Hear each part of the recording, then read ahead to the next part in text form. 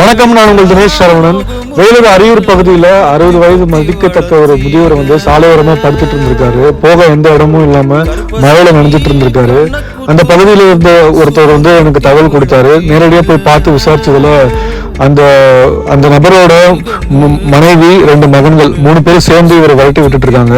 அந்த 2 மகன்களோட நம்பர் வாங்கி பேசினதுல ஒரு சரியான பதில் இல்லை. எங்களுக்கும் அவருக்கும் சம்மந்தமே இல்லை. இன்னைக்கு எங்களுக்கு இதுக்கப்புறம் எங்களை தொடர்பு கொள்ளாதீங்கன்னு சொல்லிட்டு போனை துண்டிச்சிட்டாங்க. ஸோ அதனால வந்து பொய்கையில் உள்ள அரசு காப்பகத்தில் வந்து இவரை சேர்க்கலான்னு சொல்லி அங்கே பேசி என்னோட பேரை கார்டியனாக கொடுத்து அவரை அங்கே சேர்த்துருக்கோம். இனி அவர் வந்து அங்கே நிம்மதியாக இருப்பாருன்னு நம்புகிறோம். அரசு சார்பாக வந்து ஒரே ஒரு கோரிக்கை என்னன்னா, இந்த மாதிரி பெற்றோர்களை கைவிடுற குடும்பத்தை கண்டிப்பா குறிப்பா அந்த மகன்களை வந்து தண்டிக்கணுங்க சீரியஸா. ஏன்னா இளமை காலத்துல அப்பாக்கள் வந்து எவ்வளவோ தியாகம் பண்றாங்க, தங்களோட குழந்தைகளை வந்து பெரிய நிலையில கொண்டு வரணும்னு எத்தனையோ இடத்துல கடன் வாங்கி என்னென்னவோ பண்றாங்க. வயசான காலத்துல இந்த மாதிரி அப்பாக்களை வந்து தவிக்க வருது வந்து எந்த விதத்திலையும் ஏற்றுக்கொள்ள முடியாது. இதுக்கு வந்து கடுமையான சட்டம் வந்து அரசு கொண்டு வரணும். இந்த மாதிரி எதிர்காலத்துல யாருக்குமே நடக்கக்கூடாதுன்றது எங்களோட தாழ்மையான வேண்டுகோள்.